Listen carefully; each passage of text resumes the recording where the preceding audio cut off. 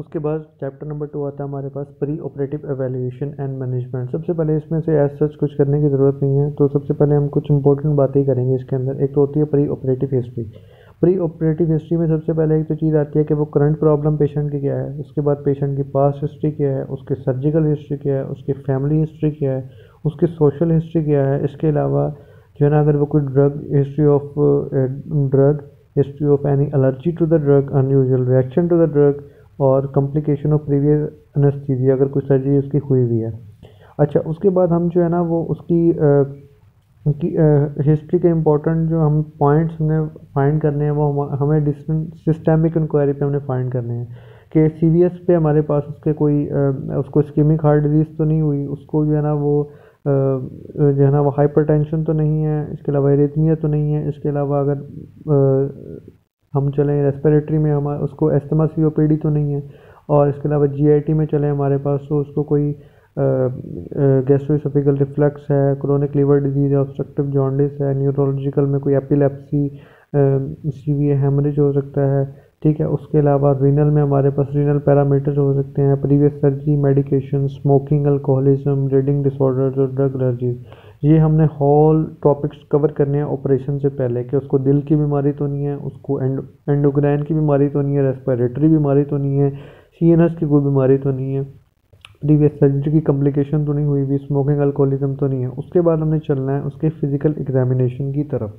Physical examination में सबसे पहले तो जनरल फिजिकल एग्जामिनेशन होता है, उसके अलावा आपकी सिस्टमिक इंक्वायरी एग्जामिनेशन होता है सारा आपका, जीआईटी का, आपका लंग्स का, ब्रेन का, सारा कुछ। अच्छा, उसके बाद जो इम्पोर्टेंट चीज़ें हैं ना हमारे पास, वो हमारे पास आती है एयरवे एग्जामिनेशन। एयरवे एग्जामिनेशन हम करते क्यों हैं कि हमारे पास डिफ़िकल्ट अगर क्योंकि हमने ऑपरेशन के दौरान बैग एंड मास्क वेंटिलेशन या फिर आपको इंट्यूबेशन करनी होती है, तो हमने फाइंड करना होता है कि पेशेंट को कितनी केयर की ज़रूरत है। तो हमने क्या करना है, हमने डॉक्टर क्या करता है, पेशेंट के सामने बैठता है और उसका मुंह खुलवा के देखता है और टंग प्रोट्यूड करता है। अच्छा, प्रोट्यूडिंग टंग और ओपनिंग ऑफ माउथ के साथ पेशेंट के सामने बैठता है, और 4 इसके ग्रेड होते हैं। पहले ग्रेड में सॉफ्ट पैलेट, यूवला और पिलर्स विजिबल होते हैं। क्या? सॉफ्ट पैलेट, यूवला और पिलर्स विजिबल होते हैं।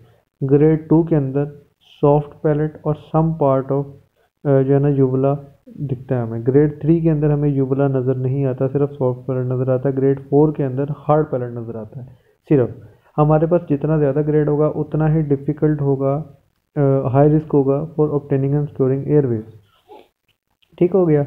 अच्छा, अब इसके अलावा और पैरामीटर्स क्या है हमारे पास, अगर पेशेंट की शॉर्ट नेक हो या इसके अलावा लिमिटेड रेंज ऑफ मूवमेंट हो, उसके अलावा हाई आर्च पैलेट हो, इसके अलावा जो है ना वो हमारे पास जुबला हमें ना दिखे when ever the patient protrude his टंग, या इसके बाद हमारे पास लॉन्ग अपर इंसाइजर्स हो, तो उस कंडीशन में हमारे पास जो बैग एंड मैस वेंटिलेशन या फिर इंट्यूबेशन जो है वो हाई रिस्क डिफ़िकल्ट हो सकती है। इसके अलावा अब हिस्ट्री एग्जामिनेशन हो गई, उसके बाद इन्वेस्टिगेशन की तरफ आते हैं। इन्वेस्टिगेशन में हमने क्या क्या करवाना होता है। बेसिक इन्वेस्टिगेशन में सीबीसी आता है हमारे पास, एनीमिया, थ्रोम्बोसाइटोपिनिया, ल्यूकोसाइटोसिस हम देख सकते हैं। इसके अलावा हमारे पास एलएफटीज आते हैं, आरएफटीज आते हैं। आरएफटीज में हमारे पास यूरिया क्रिएटिनिन आते हैं।